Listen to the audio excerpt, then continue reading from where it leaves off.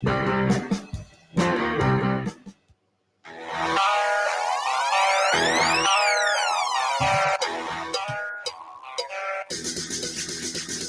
one carousel kills you sometimes. I mean, that one carousel of video poker machines at Harry's in Atlantic City. I don't know how many rotations or orbits I've made around there. But my theory is if a machine hits, get up and leave right away and go to the next machine and see if you can't take something down. And that's worked for me both, favorably and very unfavorably. Like if the payoff, it says just paid out like $600, you're thinking that'll never hit again. I mean, it'll be another leap year or so before that machine pays off again. Otherwise, they just put them, on a van and then take them right to the airport there and ship them off to Caracas or something, right? Next thing you know, I mean, you're seeing Air Venezuela, and there's that slot machine on it. Speaking of odds, 50-1 you get on the Marlins to win the World Series. 50-1. Would you say no way, Jose Canseco, that the Marlins win the World Series this year? They have a tendency to be in a coma until the 8th inning of a ball game. Yep. Then all of a sudden they get some kind of, they get like Panama Lewis comes into the dugout and says, here, drink this. All of a sudden the guy's dick is hard in the corner. What do you got here, Panama? That's the stuffing out of the gloves. The guy goes out there, scores a late round knockout after getting the shit knocked out of him the entire fight. The time. Wake up with Defo, joined by Lubie. Welcome to the Defo Show.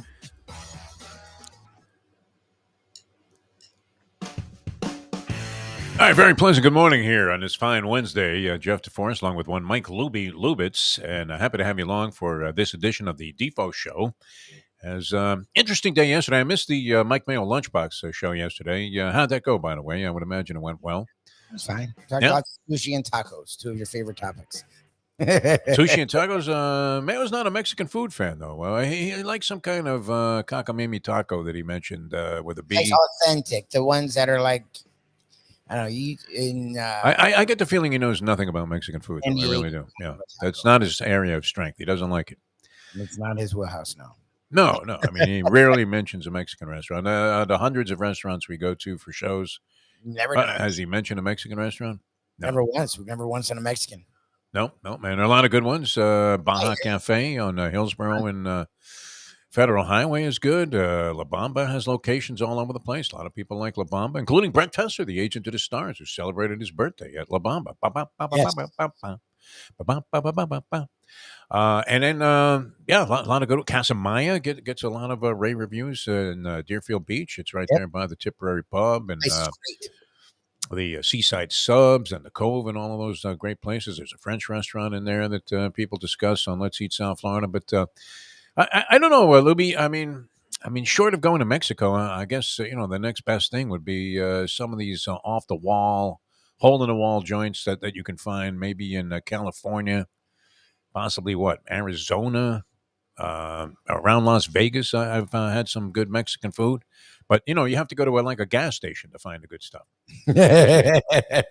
Honestly, that's the truth. My friend, the Mighty Melendez, who may meet me out in Vegas if I make it out there with that $1,500 airfare, and hopefully we'll have good reason to go, Lubie, and even find some way to get you involved in this thing because I think you would love it. Right, a Radio Row in Las Vegas. Row, yeah. If we can get Radio Row accommodation, I will be there.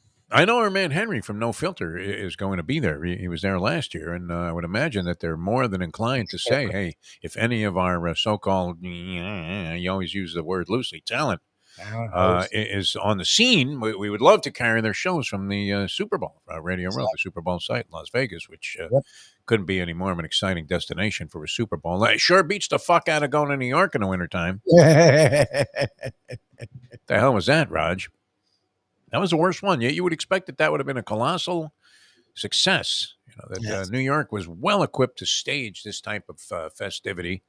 And probably the worst of the worst, right? What would you say? New York City was the biggest clusterfuck. Well, we weren't really staying near the site, which also made it a little bit prohibitive, but because we had to schlep in there on the train and then take a bus and then a cab and then this and then that. And then the next thing you know, you're stuck in a tunnel somewhere and there's 5 minutes airtime. We'll get on somehow.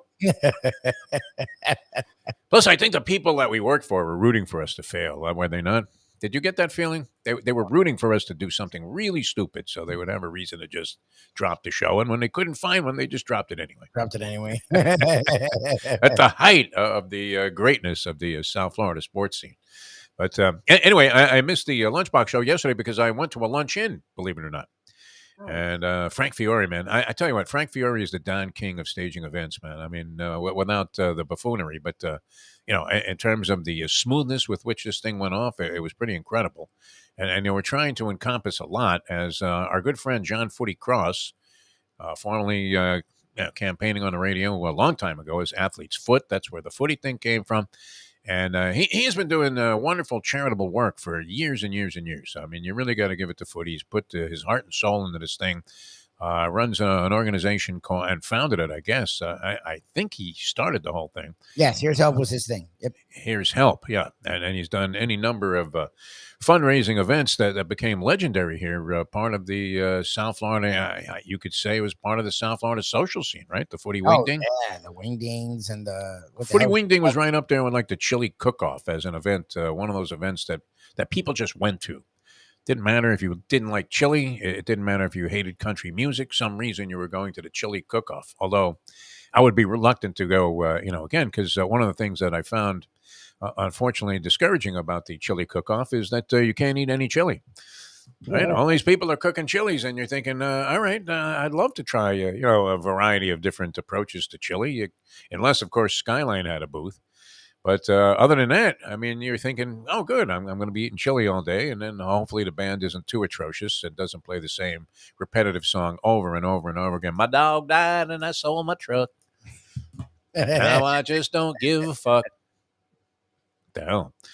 But Footy's event was great. And it even involved, former Dolphin players wrestling real pro wrestlers, where Kim Bokamper got involved in that thing. And remember, he distinguished himself and actually was ranked number 499 in the world at one time in the overall list, a worldwide list of professional wrestlers. I never seen a guy more proud. This was a guy that made Pro Bowls. That was a first-round draft pick of the Miami Dolphins. Obviously, he was a star in high school and college in football. And had a great career. He's gone on to broadcasting distinction, still involved with the Dolphins. He's down there on the sidelines for the games. Kim Bokamper had great success as a restaurateur as well with his sports bars. And yet I believe if you ask him to rank the greatest distinctions and honors and accolades that he's received in his lifetime, it would have nothing to do with any of that. I mean, you should have seen his face light up, Bokamper, when I brought him that magazine, that wrestling magazine, that had him ranked number 499 in the world. And I remember showing it to him before a Dolphins game one day in a press box. And I said, hey, look, Kim, you made this list. How great is that? And after putting me in a step-over toehold, he gleefully was running around and showing everybody that would, that he could find. He was grabbing people he didn't even know. Hey, you see this? Look who's 499. It was great. No, it really was. I'll never forget that day. And then we looked, the Polyman happened to notice that number 500 was Skippy, the former evil circus clown. That's so funny. It was ranked 500. So Bokamper was one slot above him. A lot of former Dolphin players showed up, though, for this event. I didn't get a chance to talk to all of them. Saw O.J. McDuffie there. I mean, it was kind of like coming together very quickly as the people were being asked to sit down and get involved in the ceremony. The lovely and talented one, Leslie Visser, was there. She asked about you, Mike Lubie Lubitz. Gurgles did a great job as the sort of overall MC of the event. And his jokes were going over. Everything was fantastic. Ron Hersey, remember Ron?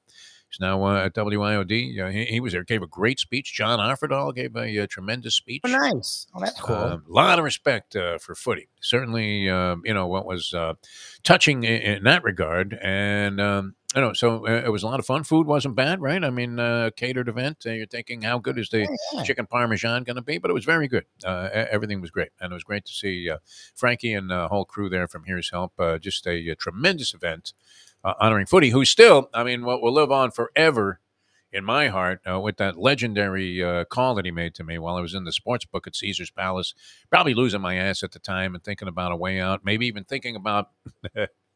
Do you ever consider? Now, you don't want to consider this, do you? The ultimate way out? It's only gambling, right? It's only money.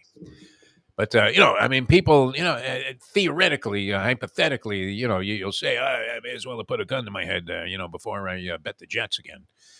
So I'm getting, sort of touched up there a little bit. I was on, I guess this was Super Bowl Sunday, so it's probably the last day of my, short trip out there to Las Vegas that time. And sure enough, Footy calls me and says, Defo, can you get a bet down for me? And I'm thinking, well, what does this guy want? Does he want like $50 on, I forget who was involved in that Super Bowl that year, but, whatever. And I'm thinking, my theory on that, Lubie, bring your own money. Don't call me. I mean, I'm not in a position to lay out this kind of cash because I'm probably stuck myself. You only bring so much money there, right? It's not like, you have an endless bankroll. Some people do. I guess Footy, has the wherewithal after his radio career and all the different things that he did. He got involved in a lot of businesses, right? He was making his own hot sauce. Hell, he had like the whole section of Publix was Footy hot sauce. That was it.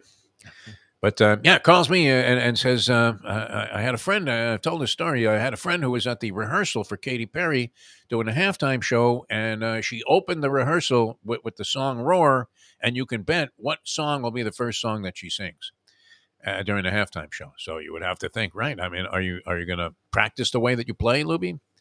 Was she all of a sudden going to be doing these shows at the rehearsal way out of sync with the way she was going to perform them? There's always the possibility that the rehearsal of the song Roar, which, his friend may not have alluded to, didn't go particularly well, and she scratches the song. That's possible. But wasn't that like her big hit? I wouldn't know. But it was one of them. I mean, she had a bunch of them. It was up there. So he wants, I said, well, how much you want me to bet on this? And it was like, it was a 7-5 proposition, I think, at the time.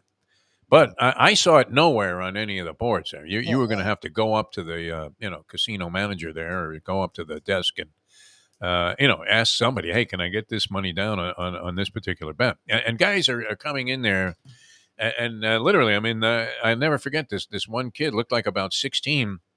He had a knapsack on his back. Now he may have been running money for somebody else into the sports book, but he literally had a knapsack that was loaded with cash. And he put it down. I think he bet the winning team in that particular Super Bowl. It probably involved the Patriots in all likelihood, right? Since they were in like 7 out of 20, I remember, or 6 out of 20. So long story short, sure enough, here comes. The manager comes over, and I say, hey, "Are you guys taking action on what's going to be the first song in the halftime show?" And the guy looked at me, I swear to God, Louis, like, really? We're comping you a room here and you're asking me a question like this? What kind of stupid-ass proposition bet is this? You think we're booking stuff like that? This is Caesar's fucking palace. I'm thinking, well, if that was today, they certainly would, they'd not only have that, but they'd have action on the length of the song. Yeah, exactly. Right? And, maybe what key she was going to sing it in. You could parlay all of that stuff. So I can't get the bet down there. I finally got the professor to line me up some action offshore. At the time, he was placing his wagers, I believe, with some guy named Jose in the jungles of Costa Rica. And he said that the most that you could bet on this proposition, and it was either 6-5 or 7-5 odds you were getting, was $100. That was all that they would take. So I get down 100. I tell Footy I got down 50. Taking 50 for myself, knowing it was a sure thing. And that was it. Sure enough, she comes out there on the back of a lion. They turned the sound down because they were taking action at halftime. And she comes out there as if, as we said, she was Willie the Shoemaker. And she's riding this lion. I said, that's it. Got to be a winner. It's got to be Roar. Legendary stuff. I mean, to get that kind of inside information, it's a shame we couldn't get more money down. But Footy must have been fairly well off because he asked me if I could bet 10 grand for him. Yeah, exactly. Think about that for a second, people. How many people do you know that are sitting in a casino with 10 grand period at any time, even if they won like a substantial amount of money? When do you have 10 grand cash in your pocket? Not only, period, but that you're saying, oh, you know what? I've got this 10 grand. I'm hoping somebody calls me so I can bet it for them. And I didn't know the guy. I wouldn't know where he lives. Nothing. I'm sure he was good for the money, but can you imagine? If it loses, how the hell do you get the fucking 10 grand? I didn't even have the guy's phone number until he called me. I didn't recognize it, or I probably wouldn't, answered the phone thinking it's got to be some guy who wants me to make a bet. You do a number you can afford to lose, 10 grand. Get the fuck guy. 10 grand. Well, he could afford to lose it. I certainly could. You don't want to see footy. Like we see him once every like 5 years. Exactly. I hadn't seen a guy in 5 years, leading up to yesterday. But no, looking good. Well-deserved tribute. They renamed the Here's Help complex the John Footy Cross campus, I guess. Oh, nice. And they've done some nice work there. I mean, it was really good. A lot of Dolphin players there. Joe Rose was there. I didn't get a chance to talk to Joe, but he makes a very, imposing presence, even from the other side of the room. Looking good, too. He must be. I hear him doing some commercials every now and then. I get the chance to tune in the show. I'm not in the car much, in the morning anymore. But, and he was advertising for some guy that was doing some kind of hormone therapy. Man, he must be seeing Dr. Galea. This guy looks great. Steve Shapiro asked about you. Steve Shapiro, the former Channel 7 anchor. And Shappy, how he got passed over for being the Golden Bachelor is beyond comprehension. Oh, he's in great shape. He looks guy good. Looks great. Yeah, he looks good. Yeah, he's in retirement. He says, I said, what are you doing? He says, I do nothing all day long. Nothing. I do nothing. He's so happy about it, too. Oh, good for him. Yeah, no, good guy. Who else was there? A lot of media members. There were some members of the crew of Footy's old morning show when he was on Y100 for all those years. I think he did.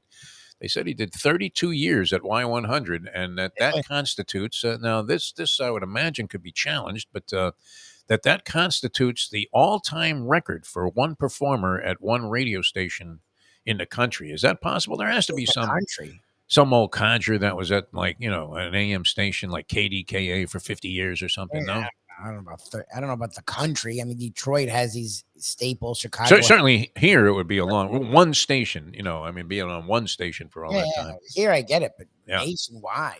I mean, I had 42 years in, but that was divided by like 14 different radio stations, and had a few periods of discontinuance, which were unfortunate. But sometimes I had dabbled into TV and was doing more of that than radio at different points, going back maybe 30 years ago.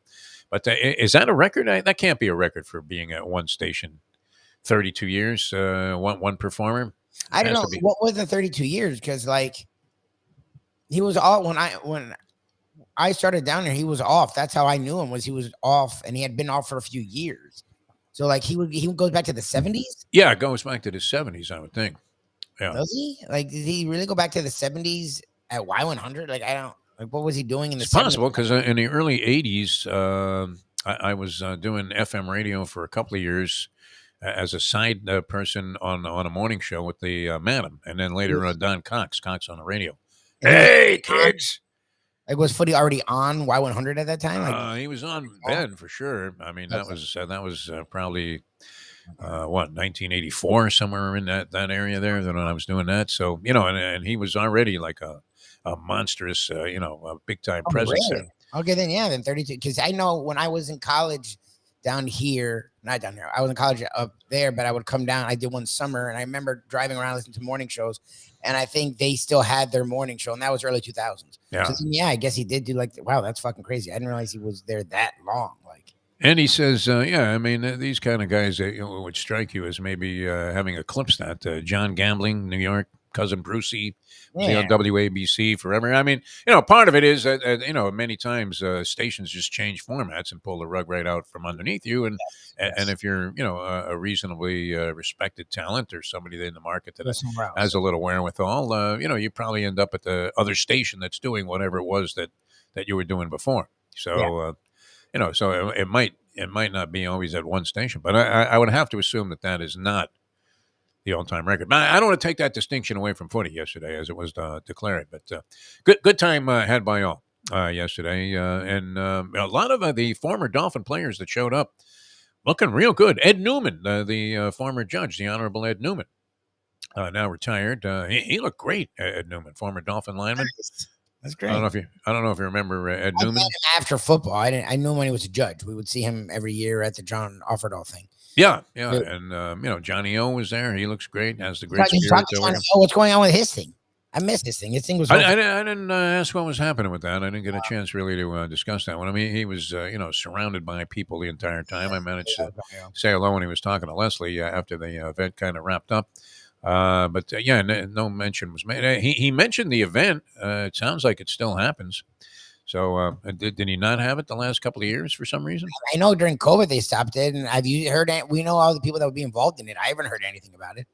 I know I subscribed to all their shit. I haven't heard anything about it at all. Yeah, Bob Brzezinski was there. Bob Brzezinski, always great. Had Brews Room, great success. A lot of ex-Dolphins. Higgy was there as well. Mark Higgs, always one of my favorites. Popped in there.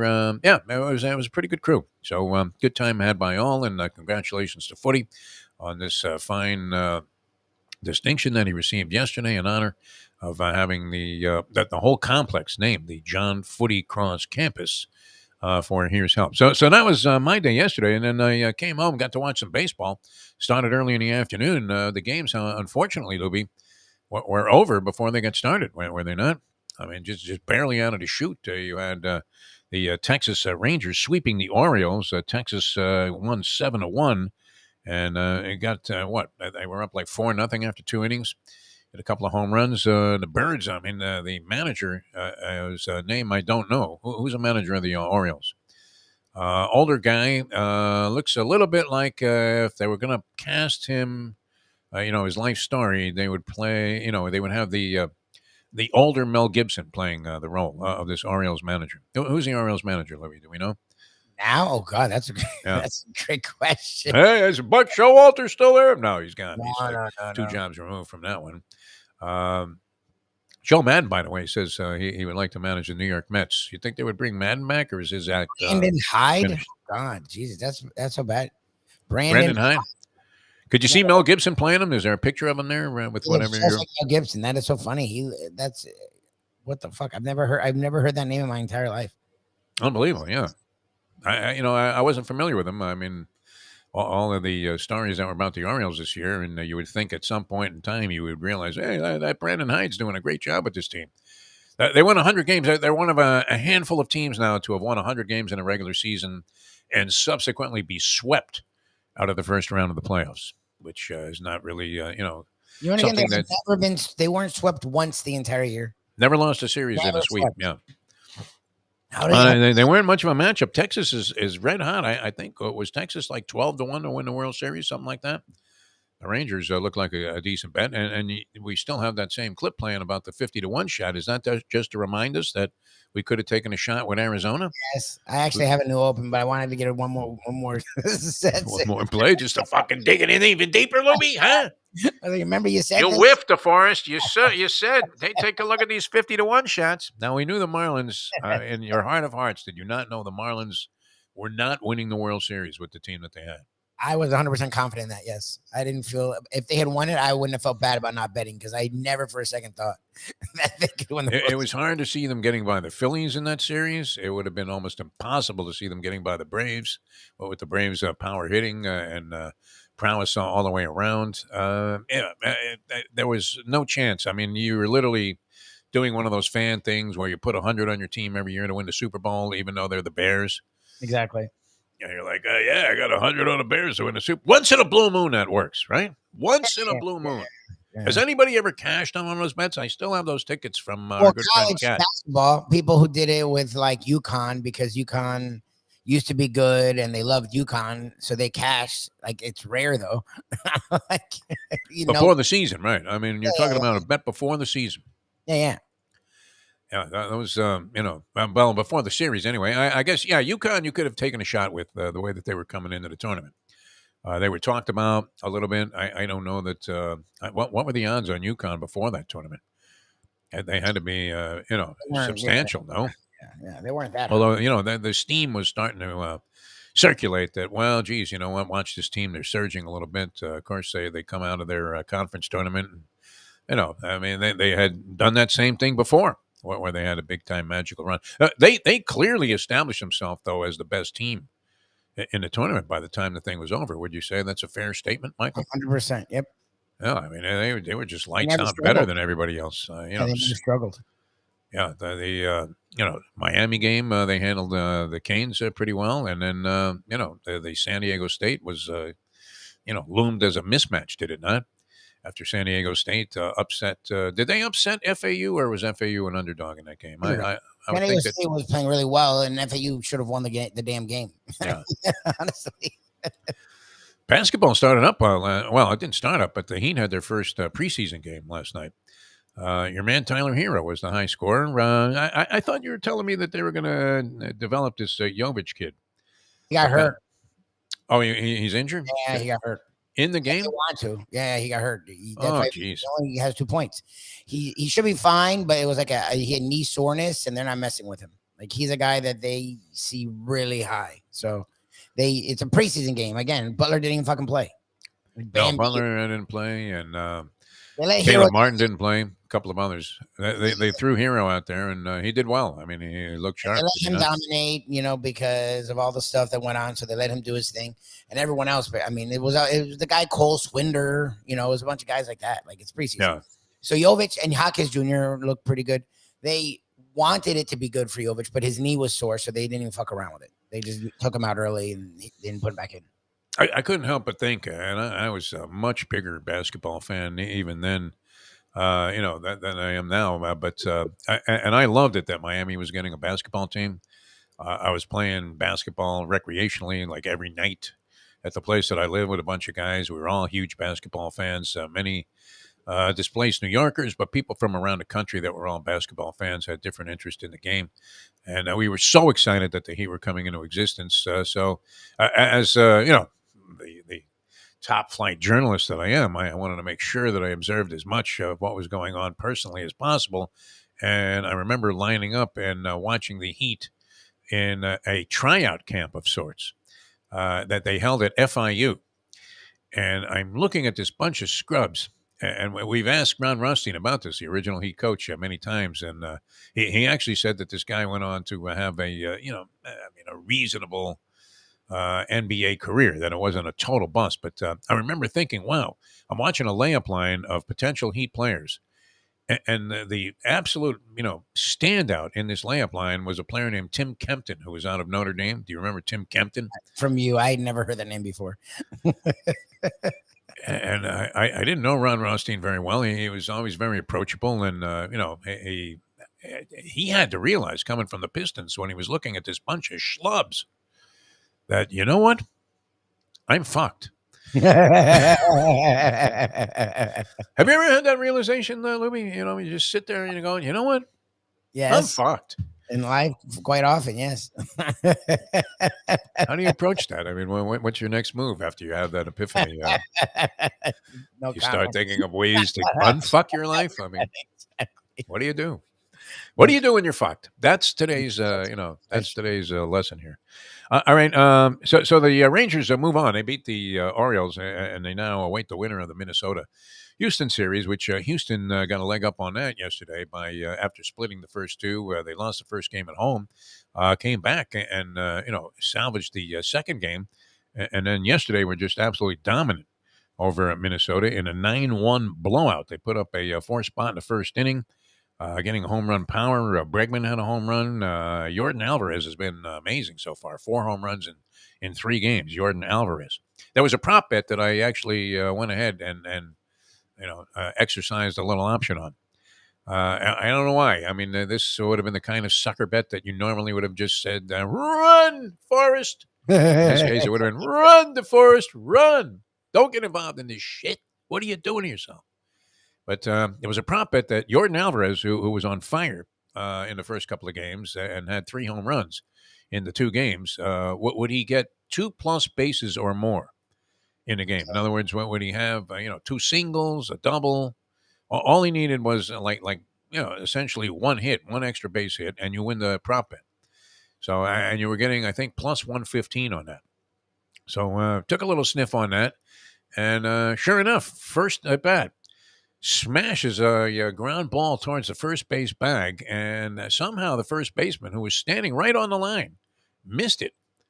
And it goes into the corner for a double, so he gets the double. But he also later on had a home run in the ball game. Abreu had a couple of home runs, and the Houston Astros looked every bit as dominant as you figured they would be in a matchup with the Minnesota Twins. Great crowd in Minnesota was silenced immediately, Lubie. Yeah, it sucks. See, the evil in me, and I wish I didn't feel this way. I don't know about you, because I love sports just like everybody that would tune into a show like this. You have to have some kind of passion for it or feel that it, is of some meaning in terms of even if it's just pure, raw, unadulterated, detaching entertainment, where you can forget about your troubles. You can forget about the fact that you're fucked because I got a ball game to watch. Never mind, that you don't even want to speak to the person that you're living with and that she's hovering over you right now saying, "Are you going to speak to me or what?" And you say, "It's all fine. I got a ball game to watch. I'm good." So, it's, an insane escape from time to time that you can get through the world of sport. But and nonetheless, I have this evil, inclination to want to see Minnesota continue. I don't have the same hatred of the Astros at this point. I do admire the ability to perpetuate what it is that they've put together. I think they have been to some ridiculous number of consecutive AL championship series. Have they not? Have they No, been to probably. 7 straight AL title series? Is that possible, I Lubie? wouldn't, I wouldn't put it past them. Yeah. I mean, they've been competitive for a while now. Another one of those teams that actually made that tanking formula work. The Atlanta Braves would be the other example in Major League Baseball, where they just dumped for years, 3 years in a row. I think the Braves had over 100 losses, and I think Houston might have been right there. No, they were equally horrendous Yes. for a 3 year period that goes back obviously more than 8 years ago. And you don't even remember that, right? You can despise them for the cheating incident. That was great when Carlos Beltran may as well have been playing with Carlos Santana Yeah. because he's doing like soul sacrifice on a garbage lid, and and how about when Altuve said, "No, don't take the shirt off. I'm wearing a wire." That might be true of Bankman Fried's girlfriend. Do you think she was wearing a wire at some point in time? Did you see that testimony yesterday? No. Woohoo! God. What did he do to her? My God. She's singing like a canary, man. All of a sudden, she's Kate Smith. God bless America, land that I love. I mean, just spewing out. The most damning evidence. Who was the guy again? His name, I always butcher it. Something. Van Roy Watkins. Was that the guy? Remember we were talking to that reporter from Court TV about Oh, the Ray Caruth trial? yeah, the Ray Caruth. Yeah. There's a bitch right there, your client. Really? He's pointing right at Caruth. Oh my God. If that doesn't, lead to a conviction, nothing will. And this woman yesterday was just all over it, saying that, oh yeah, he knew what he was doing. He fleeced billions. He, was doing it to back obscure political candidates that had no chance to even be nominated, for the presidency. And he thought that this would be big, influential stuff. It's weird too, because when you look at that Bankman Fried case, how many athletic endorsers did he have? I mean, he loved athletes. He supposedly paid Tom Brady $55 million to do, I think, 20 hours of work a year. He was giving him $55 million a year. I might have been 55 total, but it was 20 hours of work altogether. And Yeah. Brady loved the guy. Tom Brady really believed in this guy. Until, of course, such time as it turned out that he, was more of a fraud maybe than Bernie Madoff. And, all of a sudden, Brady, turned his back on him. Backed off. Exactly. Shaq, the same thing. Shaq, you don't see much with Shaq there. Now, are these guys? I guess they've been named in some kind of civil suit. No, Oh yeah. They're in a ton of- are they liable because they were endorsing Sam Bankman-Fried and FTX? Are they liable to the people that subsequently got completely conned and lost all of their money? What do you think? I think so. It feels like it. Didn't Steve Garvey? Did he get? Who was it? Johnny Yu got convicted or was found? To be what would the word be? Responsible, I guess. Responsible, guilty. Yeah. Yeah. In a advertising fraud case where he was advertising something, I think he had to pay some kind of a fine. Johnny Yu, the great Johnny Unitas. Imagine it. He didn't get that many endorsements at that time, and he's endorsing some schlock thing. Not that that would be foreign to us, huh? Because I'll never forget. I literally had to have a moment of conscience when I was supposedly taking this shake at night. Like you would drink like a strawberry shake at night. Yeah. And supposedly you would. It didn't matter what you ate. You could have eaten an entire, side of a buffalo before you went to bed, and you were going to lose 2 pounds while you slept. That seemed a little bit odd, did it not? It was a little far fetched. I remember meeting a guy that was running a company. I was out in San Francisco doing something, and that's where this company was based. And so, the sales executive who had arranged for this particular account also had the account that I was out there. I was visiting some winery that I was endorsing, and so I had to meet this guy in a coffee shop. And I thought, what an asshole! And that's where I became suspicious that maybe this stuff didn't work. And then I believe Steve Garvey was endorsing it. He's now going to run, I think, for California Senate. Oh, there you go. Steve Garvey. Doesn't he win just on the celebrity factor? I mean, depends. Yeah, probably. You would, if Arnold could do it. What were his qualifications for governor? Nothing. Did a lot of juice. Any but ran as a Republican. I guess if you have big forearms, you can win any seat. Right, Garvey had the Popeye forearms. They were great. But this woman's singing. Have you ever had somebody turn on you completely like that? Unfortunately, I have, Lubie. Her friend, yeah. Save their own skin, whatever the price might be. I don't know what kind of deal she's worked out with the government, but it had to be a very favorable one for her to unload on Bankman-Fried like that. It does lead to an interesting thing about celebrity endorsers, which we'll get into maybe later on, because this is great, Lubie, and this is coming up just a couple of minutes. Our good friend from 5 Reasons Sports Network, former writer for the various newspapers around town, most well-known, I believe, for his stint with the Sun-Sentinel. He was also with Bleacher Report, where he did some fine work, and then he just said, you know what, fuck it, I'm going to start my own organization. And, you know how that goes, right? Yeah, we're doing our own thing now. I had to say that yesterday. A lot of people ask me what I'm doing. I say, yeah, we're doing our own thing now. Thank God you sent me that screenshot. That was good, so I could, I didn't have to go through, I just, hey, look at that, man. One show, 171,000 views. It was one show, but... It started with them a month ago, I mean. Yeah. For relatively new, that was good, right? I put that up on my Facebook page. Many congratulatory comments, including one, and you're always hoping that this happens, right? You think Alex Tier still has any influence in this business? I mean, he's like huge with podcasts, isn't he? He's a VP with Sirius. He's huge. He literally is the only reason we're not.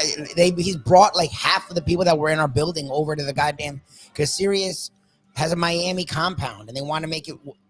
New York, LA were the two big hubs. They want to make Miami their third one. Well, we need to get on board with this guy then, because he brought half our building is in it. Mac, our buddy Mac's there. My friend Carolina is there. Like half the people that used to walk the halls are there. Good. That's encouraging. FM. They don't have a sport. There's no sports inclination. That's the only reason we're not there. Yeah. Or the only reason we haven't been, because I keep in touch with AT. Yes. Oh, good. Well, have him, give us a few names of people we can contact there, because that'll be good. Yeah, no, it's a music thing, unfortunately. He thought the thing was great, man. He loved it. Yeah, and, what do you mean? AT's a big fan of ours. He used to watch my fucking podcast I used to do in the studio with my buddies. Like, he would watch it. And live comment on probably, it's kind of like, the guy that goes and watches, he's in the business, but he wants to see, like, the worst dregs. Just for entertainment purposes? No. He was a big fan of yours, Lubie. He was always a big Lubie advocate. He was a fan. He has no ties to the sports. Believe me. When the program director told me he never wanted you to crack open a microphone again, if I had run that by Alex Tier, he would have said, no, don't do that, Defo. Go with your gut instinct. The kid's good. All right, so we'll get into a lot of stuff. The Panthers don't open up until tomorrow night. They play tomorrow night in Minnesota against the Wild. And is Devin Dubnyk still the goaltender for the Wild? That was one of Larry the Leaper's favorite players. He loved Dubnyk, who was on a roll at that time, but that was years ago. I don't know if he still in the pipes there for the Minnesota Wild. Pretty good goaltender. Minnesota, good hockey town. I never got to the point of my evil instinct, though. Don't you want to see baseball played in Minnesota in an open-air stadium in November? Oh, yeah, that was going to be amazing. You're not going to be able to do anything. They had a beautiful day there yesterday. Just gorgeous. You're annoyed. The weather was too nice. I want to see snow, and you just absolutely absurd conditions, and they realize that if they don't play this game today, that they may not get it in until next year. And so, but because of the lunacy of building an open air stadium in Minnesota, which I guess it worked, right? Yeah. And they play when it's nice out. They don't I usually. haven't seen any games, canceled because of snow there. Have you? No. I believe it would be forthcoming though if they made it. You would have Pablo Lopez with an icicle on his chin out there on the mound. With mittens on besides having a baseball glove. That would, possibly be the worst weather that you could ever incur for a World Series game. You would think Minnesota. So let's go Twins.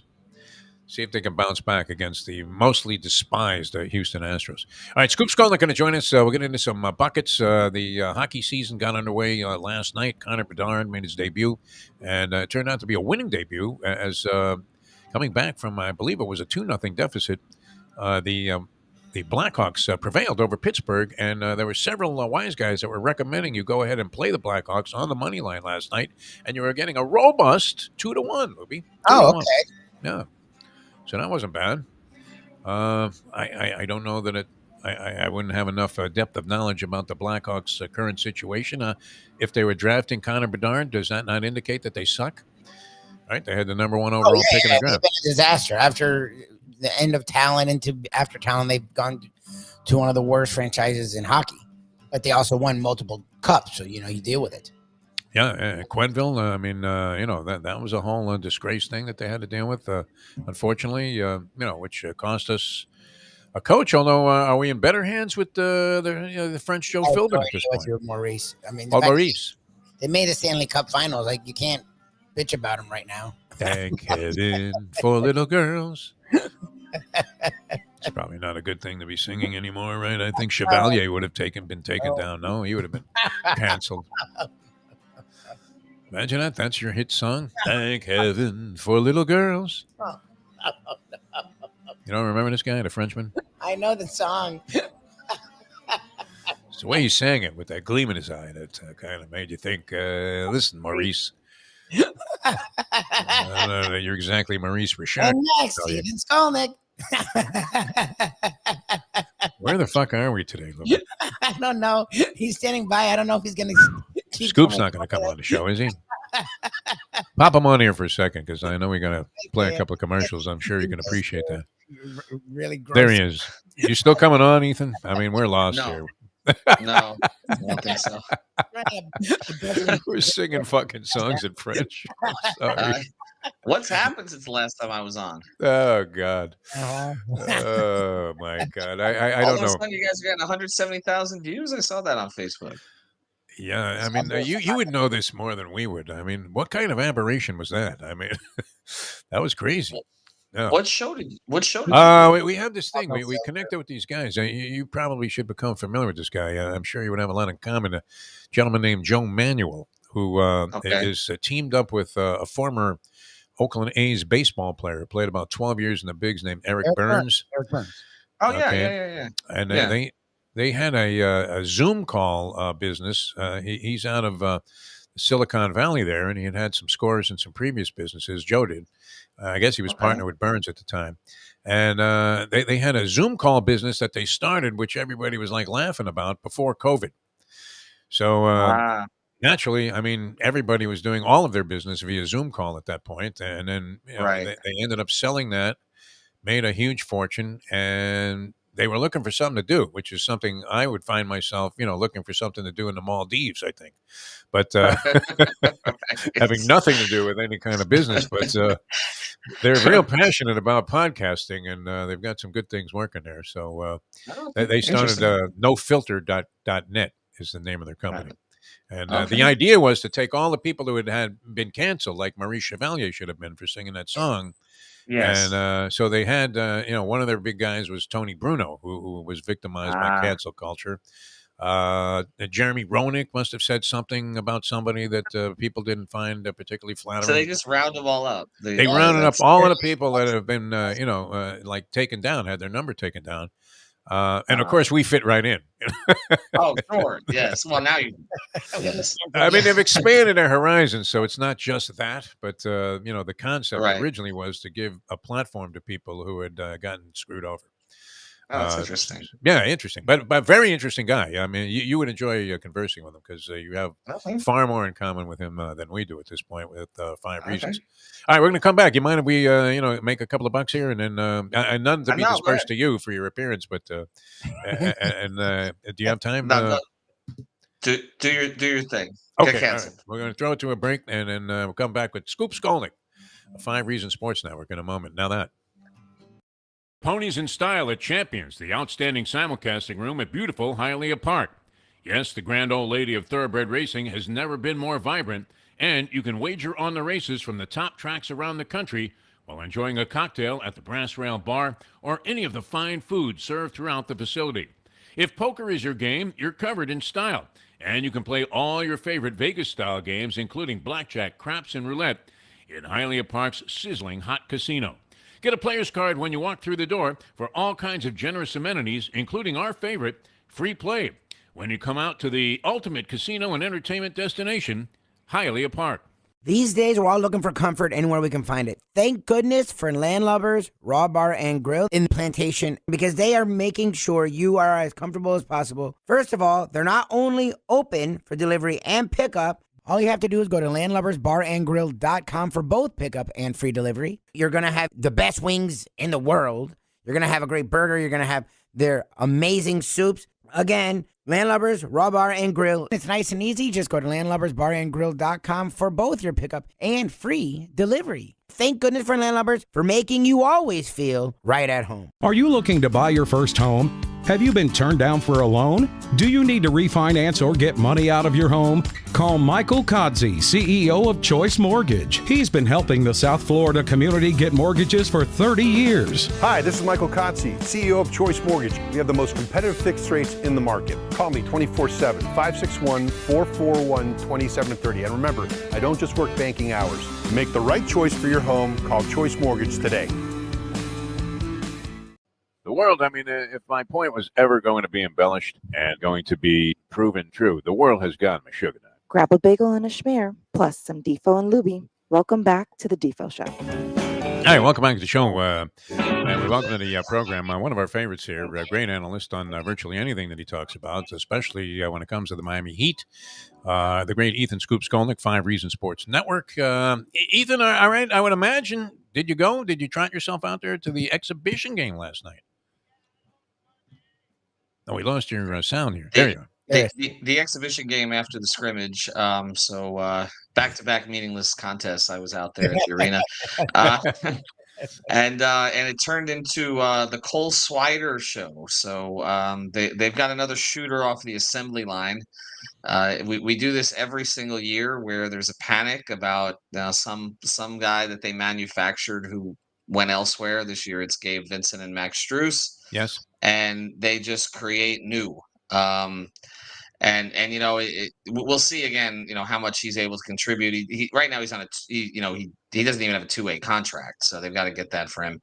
But yeah, I mean, what I take for these games, I mean, Jimmy didn't play last night. He played just the first quarter and was goofing around in the scrimmage the day before where he was getting quadruple teamed and he was shooting with his left hand and with his eyes closed. So I think I'll start to take this seriously when they do. But I will say I was at camp. I was at FAU all week. I was there every day and got a chance to talk to a lot of people. And I'll say that the mood around the team, considering everything that happened this offseason, is pretty good. And I thought it would be. I just don't think they're the kind of organization that lets this stuff linger.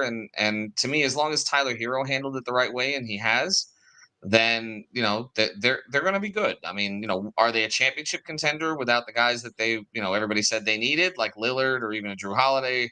Some of the others, we'll see. But they will be in the mix in the Eastern Conference because Jimmy's that good, Bam's that good, and Eric's that good. And really, from there, it's kind of finding the pieces around them. So we haven't talked to you since all of it went down. Wanted to let it settle a little bit. We're also in the middle of the football season. You are as tied into the Heat as anyone. So your opinion was very interesting to me because you could see both sides, as in it did really feel like Portland was not going to work with him no matter what. Right. But, and not to put words in your mouth, but I read your words. You still felt that he should have and could have done more. And that's what I'm curious about, because a lot of people are giving the Heat crap for not going strong and making it 100% on the Blazers. The fact that supposedly they lowballed them, gave them an out to then blame the Heat. Do you believe if the Heat had offered more, they would have had a better chance? Because to me, it felt like Cronin, once Lillard made that declaration that supposedly wasn't from the Heat have sort of learned, don't do things like that. It's not going to benefit you. That was all Dame in his camp.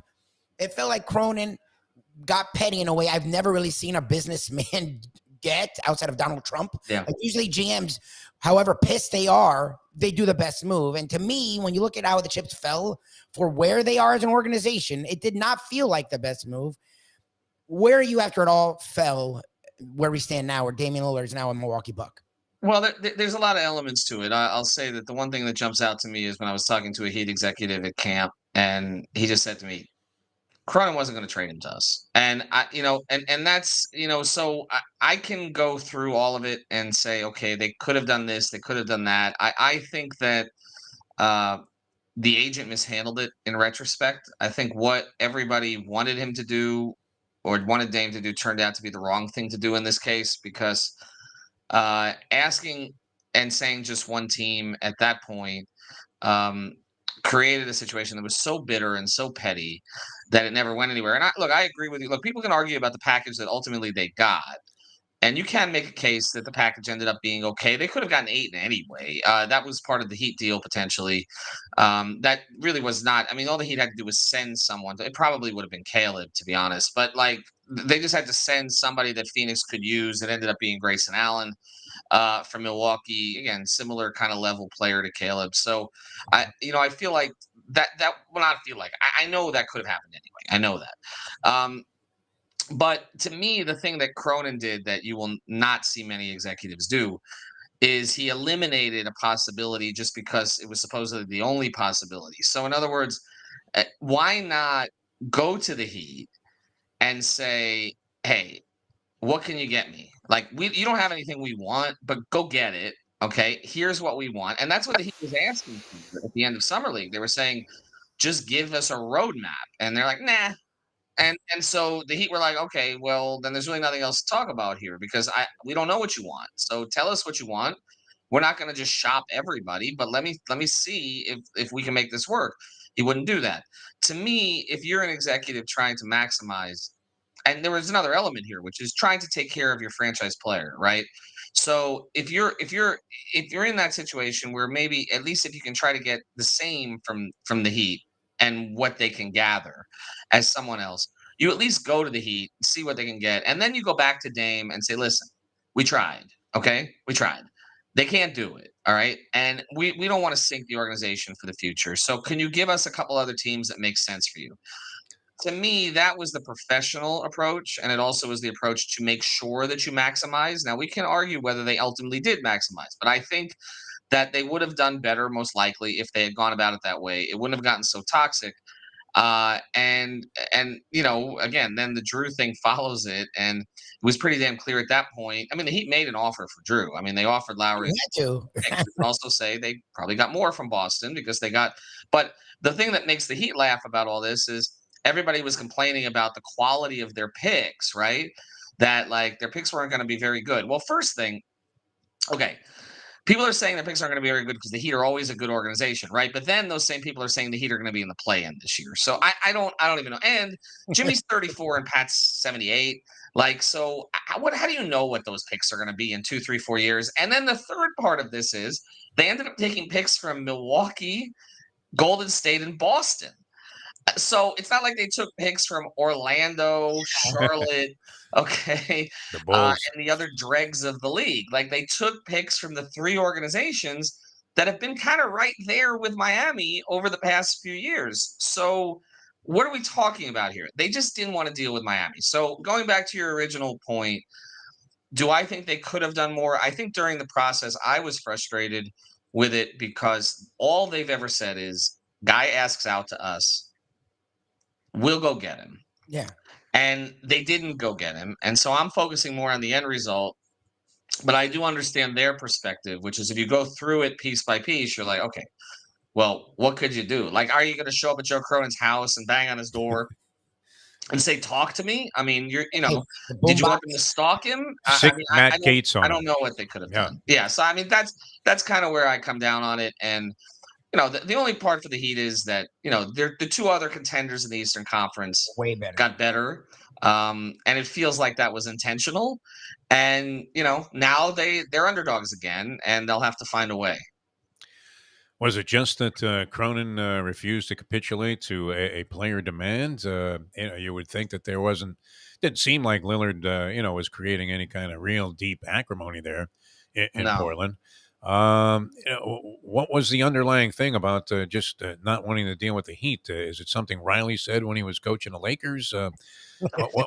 What could this have stemmed from? And then Something he said on Winning Time. No, no, yeah, it's a weird thing with the Heat organization, and I said this for a while, and I don't know that that's what played into it here. It feels like it was more Dame than the Heat, honestly, it feels like it was more Aaron Goodwin than the Heat that they had an issue with. But I do think that the Heat have a reputation for arrogance around the NBA, which is mostly born out of the fact that they don't give a shit what you think.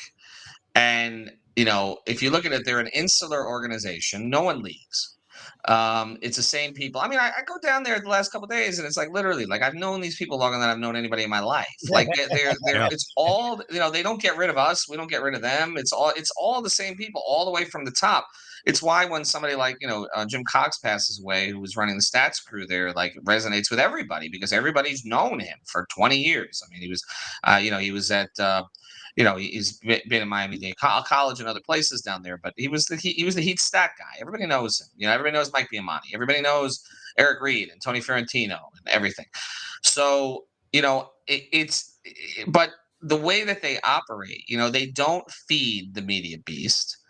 They deal more with the locals than the nationals. The nationals thus don't give them any benefit of the doubt because they don't understand the Heat. They don't understand the way they operate. And so you get all this stuff. Like I go on these national podcasts. I was on one yesterday with Nate Duncan, who I respect, and I've been on with him the last 3 years. And Nate, as I give him the Heat perspective, and he's just asking questions that it's just clear that like he's coming from a place that just doesn't understand the organization. Again, it's nothing against Nate. It's all of them. They don't get it. They're like, so they really think that they have more depth this year. And I'm like, they do. And I'm like, and that why? I said, well, because let's go through training camp last year to training camp this year, who they've added, who they've subtracted. I said, but also none of you guys knew who the hell Max Strus and Gabe Vincent were 2 years ago. Then you're all saying that they were starters on a finals team. They weren't. They were starters because Tyler Hero was hurt and Kyle Lowry bombed out. Okay. And that's why they were starters. They weren't starters in camp.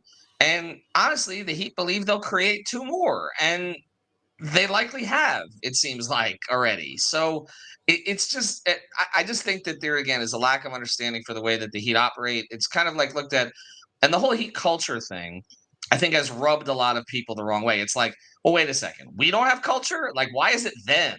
Yeah. And really, Heat culture is the fact that Eric Spoelstra is the best coach of the NBA. But it is what it is, Well, and in line with that, and it's funny, it's a lot of things I was saying to people because I'm like, look, they went to the finals with Cody Zeller getting fucking minutes. Like, Thomas Bryant's better than Cody Zeller, and he's a lot younger. Like Jason Richardson, when he left, was a loss. Like Gabe Vincent. Look, here's the deal: Max Strus had moments, but Gabe Vincent became a key cog, and that's amazing. He wasn't going in, he wasn't. Right. Richardson last year was a better player than Gabe Vincent, so it's like you upgraded. He may not be the point guard ish, but he can shoot the jumper, and he's a much better defender. And those were moves no one even knows happened because they focus on the Dame stuff, but. You can't tell me the Heat aren't a little bitter because this should have been their guy, and Cronin sort of fucked with it. So in that vein, are they done? Because to me, it feels like watching the Celtics get better. It feels like something's going to happen, like down the road. I mean, down the road means before February 9th, I guess. I don't think now. The one thing that they've got to kind of work through here is that there's a clear plan for Kyle Lowry that makes sense for the Heat and for Kyle Lowry, but Kyle Lowry doesn't seem to be on board with the plan. And there is, Last night we felt that they were kind of trolling everybody because with Jimmy out, we thought, okay, maybe they'll start Jaquez because Caleb's out too. So normally Caleb would start in Jimmy's place, and then Jaquez would start for Caleb, most likely with the play style. But they started Kyle, Hero, and Richardson with Love and Bam, so that you kind of couldn't figure out who their starting backcourt is going to be. It doesn't make sense to start Kyle Lowry, and it's no offense to him. Look, the contract's been a bust. Okay, there's no way around it. All right, at this point, but they want to maximize him, and the way to maximize him is not to have him play 6 minutes at the beginning of the first quarter and at the beginning of the third. The way to maximize him is to bring him off the bench, let him run the bench units, and then he's available to close if you need somebody to get you into offense, which, by the way, he doesn't even do. Like, I'm watching last night, and he takes one dribble. He never dribbles. Like, it's the ball's out of his hands, and then he's just sort of going to the corner. I mean, Mario Chalmers did more as a primary point guard, and Mario was an off the ball point guard, right? So it's just it doesn't make the starting backcourt should be Richardson and Hero, because you need somebody to protect Tyler defensively, as you mentioned. And also, if you're going to start Kevin Love, you can't start Love, Hero, and Lowry. I mean, well, you're asking Bam and Jimmy to clean everything up defensively. So if you're going to start Kyle, then you got to start Caleb or Highsmith. And I don't think they want to do that this year, because they want to get Kevin Love those minutes at the beginning of, and the first and third, because he's not going to close games. So you can start him in the first and the third. He's lost a lot of weight. He's in great shape. He's in great spirits. And he can give you 12 to 15 effective minutes in that role, right? So that's, I think, what ultimately they want to get to. And I think that was I know that was the plan. I've talked to people before camp, but then Kyle pushed back on it. And now let's see. But he still has value as an expiring contract. He's still the player ultimately that they will move before. They're not going to move Tyler Hero before the deadline. Tyler Hero is going to be here this year, and Tyler's going to have, in my view, a breakout season. And people are just going to have to deal with it. Whatever. Tyler's another one. Like all of a sudden, he's 79th on the ESPN's charts. I mean, you think there's 78 more effective players than Tyler Hero? And I'll just say this. That's the other thing. The picks thing was the one narrative that they drove the Heat crazy, but the other one was Tyler. Like they're like, okay, we understand that Portland doesn't want him, even though he'd be the best player on their team right now. Yes. But they have a lot of guards. But we do not understand this narrative that he somehow sucks.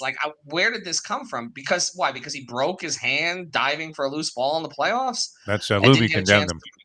Prove himself. I know you did. We discussed it, but it's just I don't. He's 23 years old, and he's a guy who can get you 21, 4, and 5. He doesn't suck.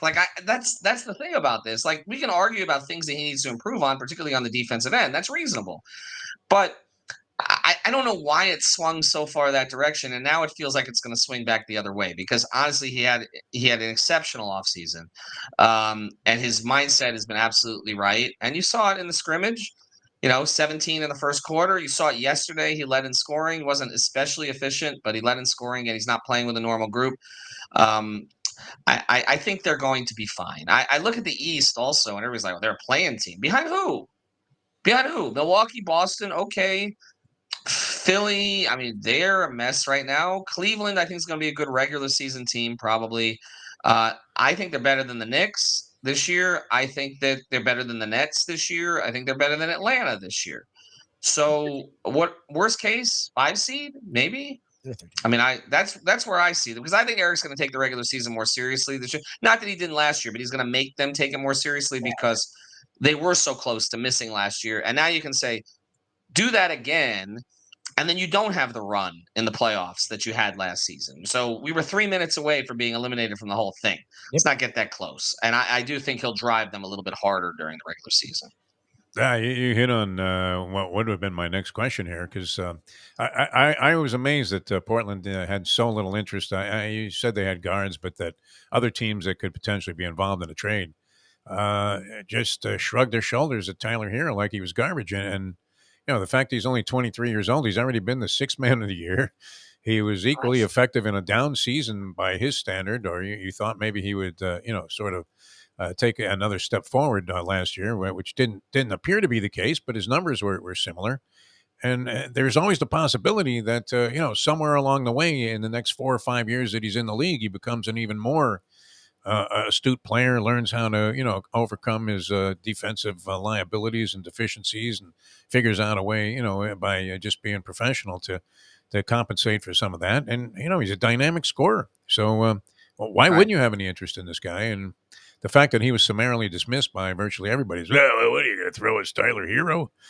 Did seem a little bit preposterous, because in the end, Lubie made the point last week, because he's railing about Cronin and he hates him like poison because he wanted Dame Lillard so badly. But Portland essentially got a bunch of older guys that old men. also have a tendency to be broken down in Brogdon and Williams. Yeah, no doubt. And Williams is not the same guy that he was before. Boston, the way they treat players, they had him shave the meniscus to come back quickly, and now they shipped him out. And Brogdon, for a while there couldn't pass a physical. So I mean, I think ultimately they'll move Brogdon probably for a second round pick somewhere towards the deadline. Williams, again, they've got Williams, they've got Ayton. They just didn't want to deal with the Heat. And the reality is there were teams that were interested in Tyler Hero. It was more the media perception that there wasn't. It first came out, like Ian Bagley reported, that the Nets needed a first-round pick attached to take Tyler. Like, what? Well, I know for a fact that Utah was willing to offer a first-round pick and a functional rotation player, like a Sexton or a THT. Then there were others out there who were willing to do the same. So you could have gotten the picks from other teams and sent them there. I'm not going to say that that we're going to look back and say, well, it worked out for the Heat, because look, they didn't get Dame Lillard, okay, and so anything in comparison, but it's not like they were left hopeless and homeless here. Like they're fine. Like they're adding Tyler back to a team that went to the finals. We can again say maybe they wouldn't have gone to the finals if they'd sort of played more towards Tyler's play style. We'll never know. Okay, we'll never know. They focus on more of a defensive mindset. But also, I do feel that with Tyler, he does compete defensively. But here's the other thing: with other scorers, I never hear this either. Like, No. there's such a focus on his defensive liabilities. There's scorers around the league who don't defend. I mean, Dame Lillard, by the way, is That's a worse not a great defender, right? Than Tyler Hero, or has been, okay, over the past couple of years, by the metrics. Again, I would rather have Dame Lillard, but I'm just saying, like, it is not like you can't put Tyler on the floor. Like, while there's certain times he's going to get hunted, well, if he's in a lineup with Jimmy, Bam, Caleb, and Haywood Highsmith, or Jimmy, Bam, Caleb, and Josh Richardson, yes, he's the guy who's going to get hunted, because there are 4+ defenders, including 2 elite defenders on the floor. Yes. Yeah.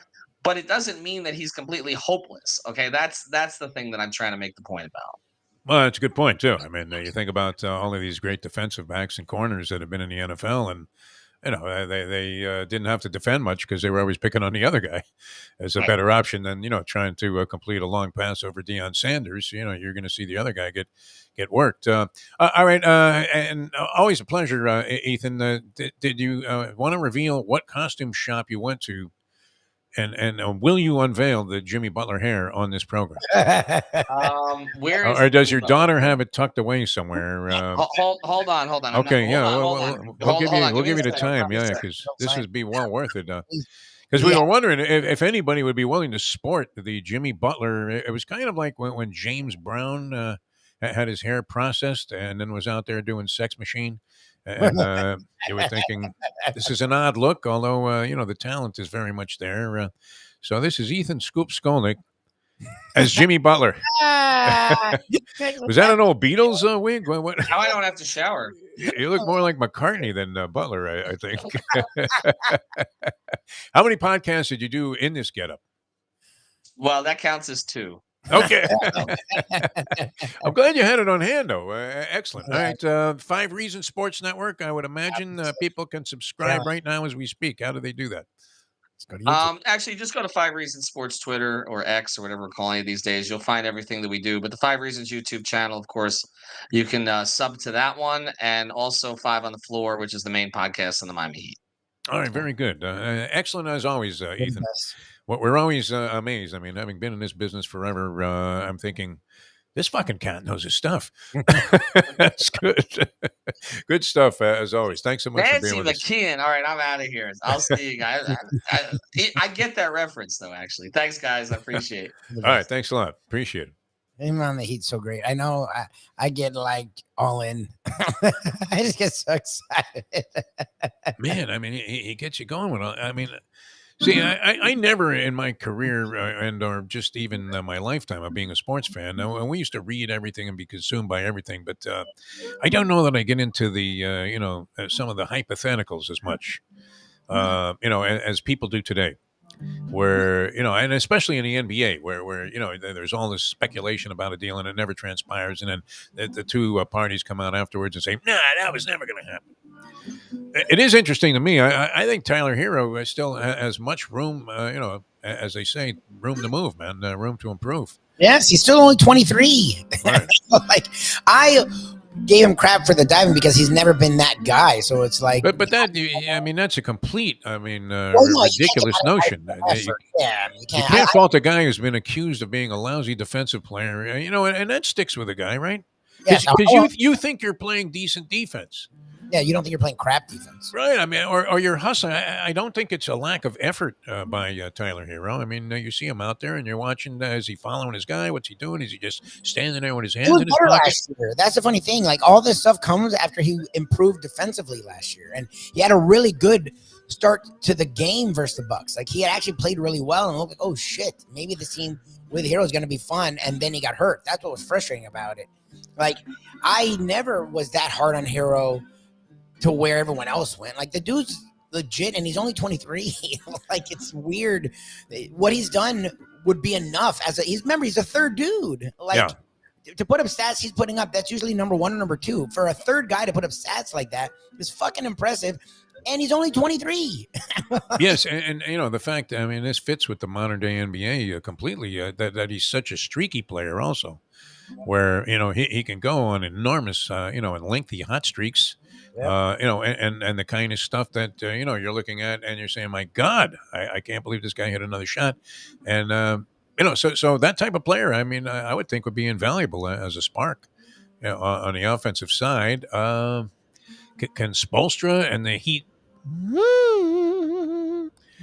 culture, Lubie, eventually, I mean, if you have some kind of commitment to attempting to be a better defensive player, it's possible that you can become more efficient at doing that. I mean, there are guys that are instinctively great defensively, and there are players that aren't really great scorers that sometimes are your best defenders. I mean, and we've seen even in that case. Remember Bruce Bowen, right? Yes. What was not an offensive threat of any type in the beginning of his career, and then he developed at least into an effective 3-point shooter out of the corner. Yes. And so, you had a guy that, could contribute offensively, but was essentially there for his main talent, which was defending. Yes. I think you can have that same sort of thing in reverse, with Tyler Hero. And, yes. And he's young enough to believe that he can be good. I was surprised how many, people just absolutely dismissed that as being like a ridiculously light offer that they were offering Tyler Hero and draft picks, if that was indeed the case in this Dame Lillard thing. But would you be better off in the long run? I mean, Lillard is what? Is he in his early 30s already? I think he's older than Dame. I think he's 34, 35, 33. Because, I mean, there was a lot of conversation about how at the end of his contract, when he's getting paid $60 million a year, he's going to be like 36, 37 years old. Is that right? Yes. He'll be like 37. He'll be like 37, 38. I mean, and he's been hurt the last 2 years. Yeah. I'm not espousing any, but I said all this when they were. Now that we didn't get him, the trade was a bad idea, Lubie. I said it when they were going after him. I said, look, I know you're only really going after him for 2 years. Last 2 years, you're going to eat. I'm like, but it's worth it because I want Butler to get a title. I think if anyone's ever earned a title, it's fucking Jimmy Butler. And I'd like him to get a title. But I knew the trade in the long run wasn't great for them. It was really get 2 years and be a Rams, where you just say, fuck it, after the 2 years. A little bit of deep water there in the East, especially with Lillard going to the Milwaukee Bucks. Oh, yeah. Bucks, Antetokounmpo, I would imagine. It seems like if he gets on a mission, it's a mission from God, no? And so we'll see if he's inspired by having Lillard now. Yeah. And they did benefit, I mean, at the defensive end from Jrue Holiday, who wasn't my favorite scorer. I mean, Jrue Holiday, did he not seem a little inconsistent as a scorer? 100%. His defense is his thing. He's like leader guy. That's Right. But you were thinking, and he would make his share of shots that came through in the clutch, but more often than not, you would have been reluctant. If you were the other team, you were more inclined to be standing there and sitting back, going, "Shoot it, Drew, shoot it." That was my way of playing defense, by the way. Strictly verbal intimidation. Miss it. That kind of stuff. You throw in the occasional, miss it, you fat fuck. But it wasn't applicable necessarily on the basketball course. Certainly we weren't doing that when we were 16 years old and Dr. J was showing up at the park. Hey, Julius, miss it. Right? Because the guy was dunking in your face. You're like, well, I think this guy someday is going to be great. Yeah. All right. We're going to come back with more. Always a pleasure having Scoop Skolnick on. I mean, as knowledgeable a guy about a subject and articulate about it as you will find it. Is that not fair to say, Mike Lubie? No, he knows the Heat. Like the professor and I, when we were talking about this whole thing, and he eventually got to my side when he saw what Portland got, but he was trying to play devil's advocate, and because Heat fans can be a little bit conspiratorial. I get it. I'm not like I don't think the NBA is openly against the Heat, or it's just funny like the stuff you'll hear, and it's like the Heat's trade was better than what you heard in the end. Yet all you heard the whole time was the Heat's trade sucked. But then the Bucks trade didn't suck. The Bucks gave up nothing. The Bucks gave up a guy the Portland Trailblazers didn't keep. The Bucks gave up people the Trailblazers didn't keep. That shows you how shitty their trade was. But no one. Well, I mean, they would have considered, some value, I guess. To get the two injured players from the Celtics. No one said, "Well, the Bucks trade." Why did they just trade for Hank Finkel? So it was just weird. Like they should have got Mel Counts in the deal, I believe. There is a weird thing with the Heat, but whatever. So yes, Scoop can lean Heat, but he's hard on him. Like look, it's about information to me, and he gets the most out of the Heat. As him and Winderman have a channel to the Heat that no one have. Yes. So talking to him about the Heat is really cool because it feels like you're talking to the Heat, and they won't. We've had Spoelstra on, he doesn't talk like that. We've had Wiley, so when you talk to Scoop, you get the real shit that you would never get from them. So as thorough a job of analyzing these situations as you could possibly have imagined. That's why 5 Reasons appeals so heavily to the Heat Nation, as much as anybody, because they're very Heat centric there. Although they cover everything, so they try to cover other stuff. It's just that digital streaming skews young, and South Florida sports sucked for 20 years outside the Heat. So to get these younger audience into the Canes and into the Dolphins and into the Marlins is going to take some time because they have to win. The Heat won for 20 years. People have been saying this about 2 of my favorite sports forever, that they're dead in the water because they don't appeal at all to young people. I'm talking about boxing and horse racing. But they're still around. Yeah. Do you fear? I mean, when we've had these discussions now, it seems like the last couple of days. Glenn Geffner was great yesterday on the show. Glenn, the former Marlins broadcaster, who now does stuff on his own. But I would imagine that Geff could land a play-by-play job in some sport somewhere sooner than later, no? Yeah, I mean, he likes being down here, I think. I think that's a big, remember, he's from here. He's back down here, and he likes being here. He's teaching, I think, at FAU or something, baseball, though, as much as I grew up with this, I mean, it's very much, a fiber of my, entire emotional base. The sounds of baseball on the radio, which I know that labels me as an old fart, but I still remember, times, I can vividly picture times where I was listening to the radio to Mel Allen and Red Barber doing Yankee games where, you didn't have that many games on TV, and these were your guys that were creating it. And the entire, you'd be on like a subway, not a subway, but like an elevated train platform. And everybody had a radio going. Like it was like 100 times over, you were hearing the voice of Mel Allen. It is going, gone. And the Mick has done it again. Unbelievable. But, I told you I was reading that article in the airport in Atlantic City a couple of weeks ago. I was in the Daily News about how baseball as a radio sport is essentially dead.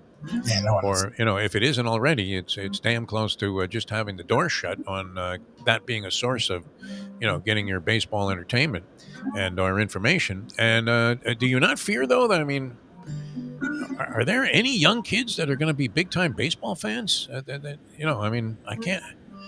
I can't envision that this thing is going to perpetuate itself at the level that it has, and yet, we're seeing these remarkable crowds and sellouts, and they must be making more money than ever to pay out the salaries that they're doing.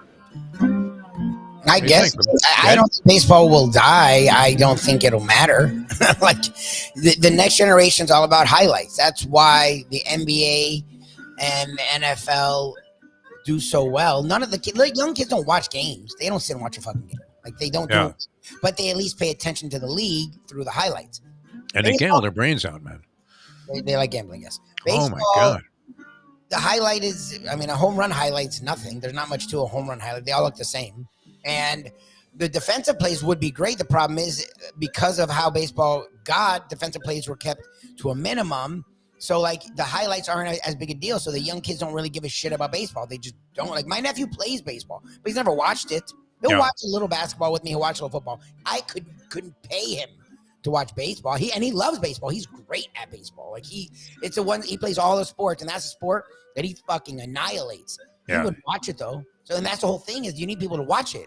Like, so I don't know. I don't think it'll die per se, but it's just hard to see where like the Marlins, for example, have any connection whatsoever. Maybe they run a bunch of youth leagues that I'm unaware of. I mean, you always see clips on like one of those Marlins clubhouse type of shows where, you got Luzardo out there and he's got a bunch of 6-year-olds running around. Not to imply that he's in that category that we suggested about Maurice Chevalier, the great French singer. But, it seems like they're trying to do this kind of developmental stuff. And baseball, what was the game? I mean, you played every hybrid version of baseball. Andy can attest to this, or any of the people, our good friend Pat Fox, growing up in the streets of New York there, every hybrid version of baseball you could think of, that was all all you wanted to do as a kid. Basketball, football, very distant considerations, if at all, because you rarely had access to an inside gym to play basketball. There wasn't much in the way of outdoor courts there, when I was growing up. And we didn't even consider it. We never considered playing basketball, and it took me a long time to get into football. It wasn't until actually I was staying with my aunt and uncle one summer. It wasn't a summer. It was like during the school year, actually. And so I had to move sort of temporarily to a different town as my mother was ill. And that was the first time I really played any sandlot football, Louie. And I couldn't catch a football, even though I was an excellent baseball player. I had no concept how to catch the ball. I mean, I remember dropping a couple of touchdown passes, potentially because nobody was even guarding me or defending me. And a ball went right through me. I mean, like the point of the ball hit me in the chest, dropped to the ground, and everybody was like, fuck, you suck. I was like the mentally impaired kid that was playing, that stuck thrown out there, because you didn't have an even number of guys. God. But I figured it out. So, I eventually became a pretty good, a football player. But, I never really enjoyed tackle as much as I did enjoy playing like schoolyard football, touch and all that. Yeah. Kids didn't really, the workouts were too tough to go out for like high school football. And they never passed the ball. So there was no point in either being a receiver or a defensive back. So, it was crazy. And who wanted to just work out like 9 times a day for Coach Mousehart? Forget about it, man. The guy was a marquee to fucking sod. It was ridiculous. Just work out incessantly until you're so tired. And the team never won a game. Never win. We were a new school. I never won any games. It was amazing. John F. Kennedy High School, Belmont, New York. All right, so we're coming back with more in a moment. We'll come back and be with you a few more minutes for sure. And then our big new thing, the No Filter, which naturally on the... on the heels of finding out about this great success, we butchered the show yesterday. Couldn't get it off on the air. That's the streaming game, my friends. That's where it's at. All right, back with more in a moment. Now that.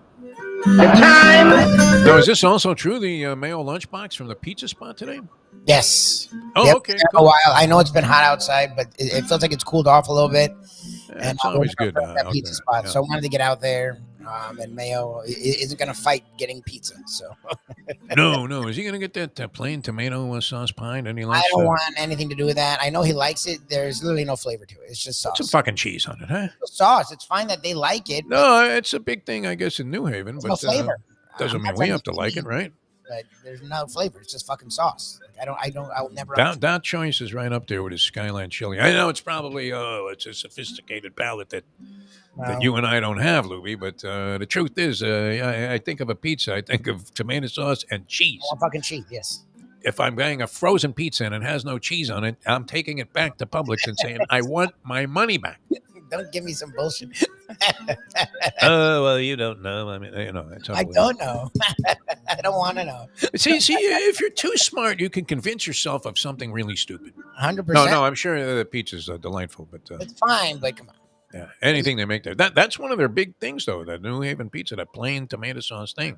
They make great other pizza, and that's what I want. And I don't mind it because I am the type of guy that will just, when the food is scarce in the refrigerator, I'll just open a jar of spaghetti sauce and start eating it with a spoon. No, I've never done that, but okay. you haven't stooped that low. We have pasta or something.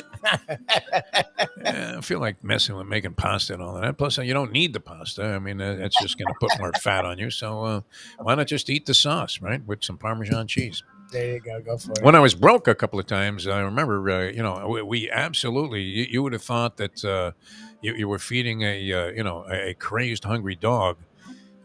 We had just enough money to buy like a jar of ragu for 99 cents, and then you would stick like Italian bread in it. Right, yeah. That's fine. I can see. Oh my God, that was fucking great. Do what you got to do. Yeah, but I'm not just drinking sauce. That's like a mayo thing. Starting from scratch. That should be the name of our show. Starting from scratch. All right, back with more in a moment. Now that. How many times have you started from scratch? That's a good question about anybody's life. It's 9:28. Folks, Tony Segreto here. Let me ask you a question. What do you look for when you go out to eat? Good food, obviously, friendly atmosphere, not too loud, but good energy, reasonable prices, and a place where you feel comfortable. All those ingredients, no pun meant there, are hard to find unless you're talking about the Texas Roadhouse. You see, they encompass all of those attributes. Really, really good food, amazing atmosphere, good for a family, good for a date, or just a night out for yourself, and prices that will make you extremely happy. Their ribs unmatched. Steaks hand cut every day. Everything, and I mean everything, is made on site, including their incredible bread. It's the one day, folks, that you can forget about low-carb diets. Trust me when I tell you, Texas Roadhouse, your restaurant, your destination when you say, where should we go and eat tonight? From the newly renovated sports bar to the beautiful bayside views captured at the Tiki Bar, Jimmy Johnson's Big Chill has it all. Located at mile marker 104, the Big Chill also offers waterfront dining while experiencing breathtaking sunset views of the Florida Keys. It's simply the hottest spot in the Keys to cool off. That's Jimmy Johnson's Big Chill at mile marker 104 in Key Largo. For more information, call today at 305-453-9066. You know what I'm going to do? Because you don't never give me a face shake. You know that? So I'm going to let you talk to Victor Ortiz, all right? I'm through. They put somebody else up and give me an interview. What are you talking about? What are you talking about? You never give me a fair shake. HBO need to fire you. You don't know about boxing. You ain't you got I wish I was 50 years younger and I'd kick your ass. The modern day odd couple, Defo and Lubie, are on now. It is, of course, the Defo Show. You think it'll ever happen, Lubie? Or Jim Gray says that to some fighter that takes exception to his ridiculous line of questioning? They never do. It's so. It's weird. that smarmy face, I guess, of Jim Gray that gets to me. I don't know. Why do I always pick on this guy? Because I don't know, actually. It offends my boxing sensibilities. When you have like a clown series of questions, it's not an easy thing to do because it's hard to come up with a really good question to a guy who's just had his brain splattered all over the ring. And, usually if you're talking, you rarely talk to the loser in those spots, but, and you're always talking to the winner first, it seems like. So, it's going to be far more positive, but, just the way he does it, right? There has to be a better question to ask a fighter than, how would you grade your performance tonight?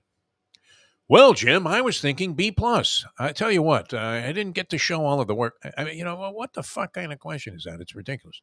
Mayo very sensitive about this tomato sauce pizza, and he wants you to go right into Wade's face at the pizza spot. I'll tell him it's not pizza.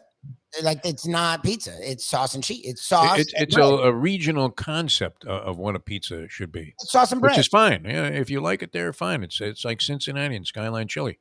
Should it be isolated to there? Yeah, other people seem to like it. I'm not saying it's not good. I'm saying it's not pizza. Like, It's sauce and bread. It's like a thing you have in the afternoon when you don't have fucking cheese in the house. You know, It's like the kind of thing that would make you call a manager over, no?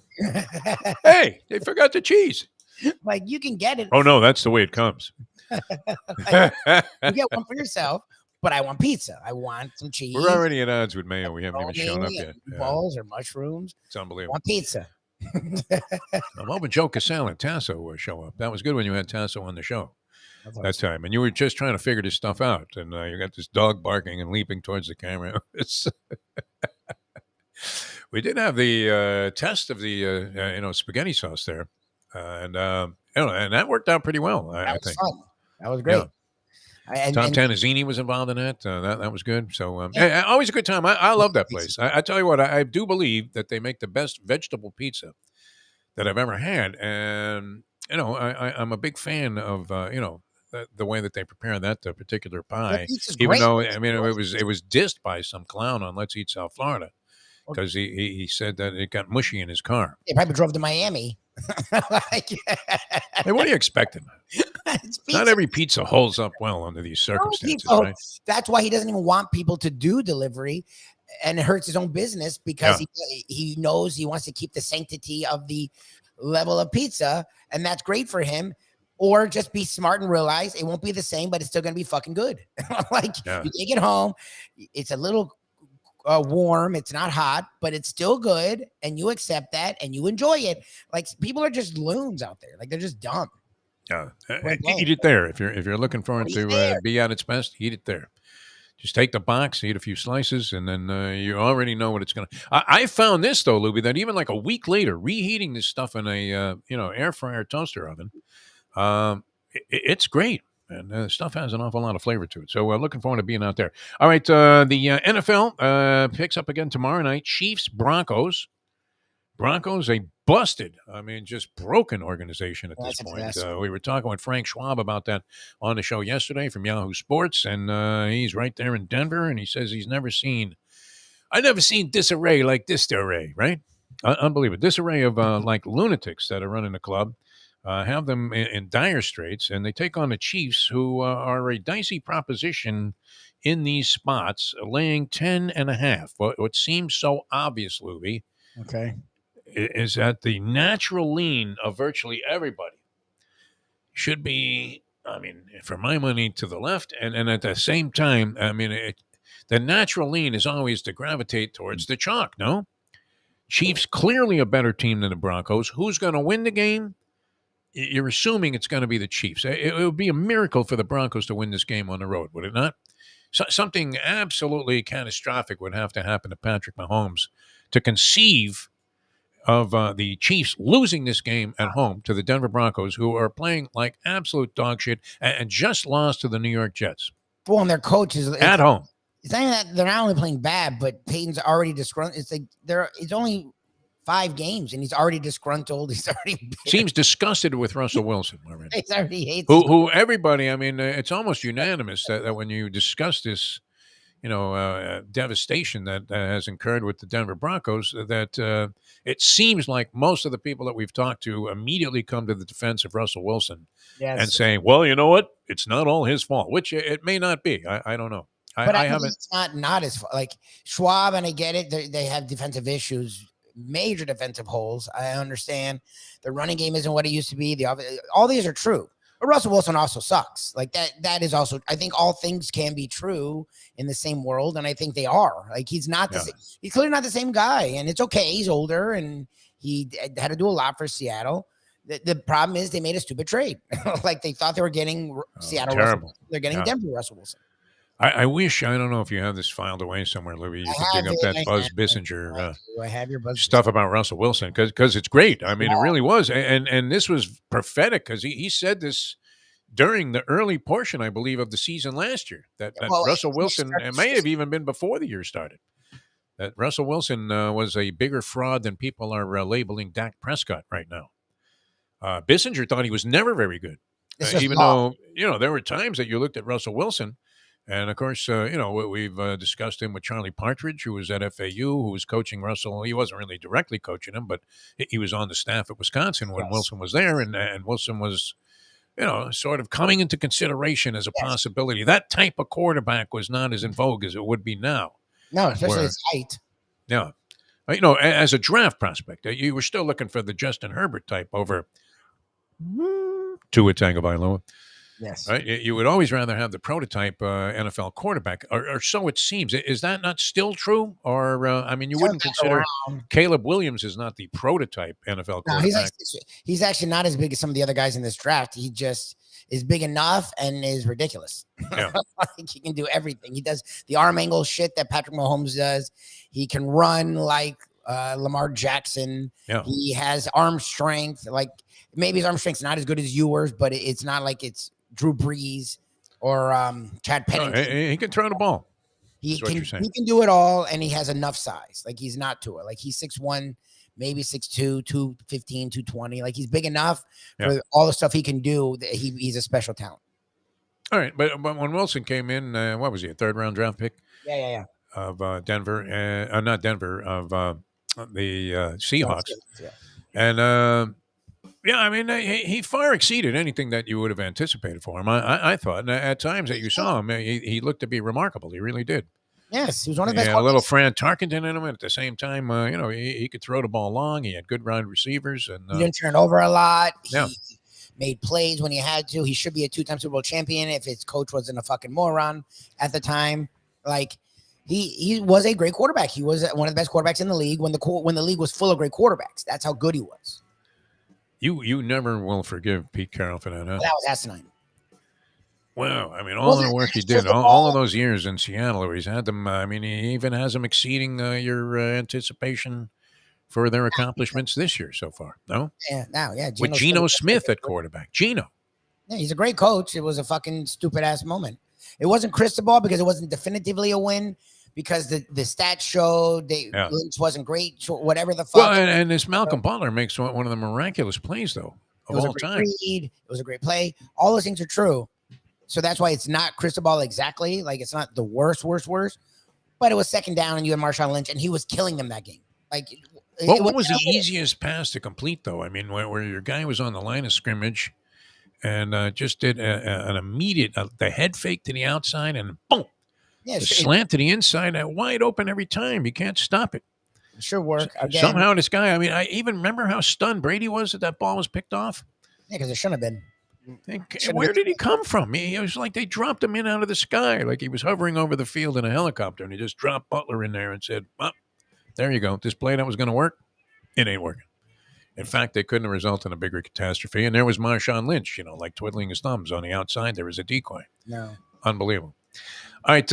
So anyway, what do you think, Lubie? We never came to a conclusion on this. Chiefs, would you lay 10 and a hook with the Chiefs? By the way, that Dolphins line, which I told you to get in on at 11 and a hook, is now 13 and a hook over the Panthers, who I can't picture covering a point spread all season long. I don't know when they're going to start giving them like 15, 16 points in a game. What do you think? 20 points to open up? You're going to see that. And they did score some points, but this Young is so desperately under wraps. Some of the highlights of him throwing the football, you would have to wonder what league level is this that he's playing at. It seems like it's beyond, Pop Warner in terms of how rinky-dink these pass plays are that they have him involved in. Bryce Young out of Alabama, number 1 overall pick. You have that little faith, huh? And they don't have anything. Their line sucks. They don't have any skill position talent. Yeah. Like, that's the thing with Stroud. Like, Stroud's getting all this credit. That's fine. They have a nice line. Texans, over the years, is one thing they've been good at is having a decent line, and they've always had a decent run game. Yeah. So that is the quarterback's best friend. Like, Stroud's not getting rocked. Bryce Young is getting pummeled. Like, he's not Daniel Jones level, but he's getting rushed a lot. There's only and he's a slight guy. Like, it's a bad match. It's just a bad. I feel bad for the guy because people are going to question him and call him a bust. What is he supposed to do in this situation? Like, there's nothing around, literally zero around him. Yeah, that's unfortunately a condition that sometimes greets these guys. Just ask Troy Aikman before they got a team around him that first year at 1-15. Didn't look so swift. All right, we have to run. Thanks so much to Ethan Skolnick for joining us and enlightening us on what was going on behind the scenes there with the Miami Heat. I wanted to ask him if he was at that Tim Kempton tryout camp. with Ronnie Rothstein. I don't know if he was here at that point in time. Well, yeah, he would have been 1988 for sure. I don't know. I know 90s he was starting to cover and work for the local rags. I forget that I've been here forever, Lubie. I don't know about the 80s. It's lost on me. All right, we will see you guys later on today from the pizza spot. Come on out. As Mike Mayo would say, it's a little hard to find, but that's not really true. It's not hard to find. It's pretty simple, man. You make a right, and you make a left, and then you're right there. It's unbelievable. From Broward Boulevard, right? GPS is your friend. I don't know who doesn't have GPS now. I got in a fight with my GPS device yesterday. I got in a verbal argument with my GPS device. Oh, Shirley makes fun of me because I hate GPS. Don't get me wrong. I hate her. Like, I call it Shirley's best friend because Shirley will do whatever GPS does. I know South Florida, so sometimes I will put it on and then go, no, you're wrong. And I'll turn it off and I'll do my own thing. Yeah. Shirley laughs at me for it. But it does work. And it doesn't. I was on roads that have like a state labeling, like a state distinction that I have never been on. I've been living here 42 years. And who on earth designed the Golden Glades interchange, and how is it still a structure of major importance here? Where if you're traveling east on 826, all of a sudden to go north, you have to go south and then basically exit the highway completely and twist your way around this winding, ridiculous maze. And then somehow you end up behind like 16 trucks trying to enter 95 when everybody is blowing past you in a Lamborghini at 120 miles an hour in a police chase involving cocaine and a shootout. And you're like, who the hell? But I mean, what kind of crazy system is that? I hadn't taken that route for a while. And then I also ended up on State Road 9. Have you ever heard of that? What is that? Good for you. Yeah, never heard of that. State Road 9. I mean, it was like stay to the right and take State Road 9. I'm like, what are you talking about? State Road 9. I thought this woman was going to guide me into a trench. I started screaming at her, hey, listen, fuck you. I do it all the time. I'm in the car by myself screaming at the GPS device. Shirley makes fun of me. Shirley's like, what's wrong with you? I'm like, she sucks. Let's strangle this woman, man. I would rather have the Mustang backseat driving any day. I mean, I wouldn't go that far. Move over one lane, right? Well, I'm more insistent. You're like halfway to Orlando. She wants you to move over for the exit. All of a sudden, just starts screaming. Never mind. We can't get into these details. All right. We'll see you guys later on. Pizza spot. Come on out there. And try that cheeseless pizza that Mayo favors so much. It's spectacular. Mayo, it's true. He said he hates tacos because all they do is these frou tacos, and they're not tacos. They're just, and he's not wrong. I think if you put chicken parm in a tortilla, it may be a nice dish. It's not a taco. It's some creation. Right. The taco to me is beef and some hot sauce, lettuce, tomato. Whatever. But I'm just saying, like, anything in a tortilla does not make it a taco. I agree with him. So then why can you then say pizza without cheese is pizza? Like, that's not pizza. It's just bread and sauce. Look, I mean, like I said, sometimes being overwhelmingly intellectual it backfires. It just screws you up. It really does. You're better off being dumb. We'll leave you with that. And as we leave you, know that you're better off being dumb. The time. You're stupid. It's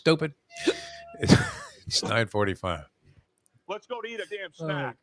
Look what they done to my soul.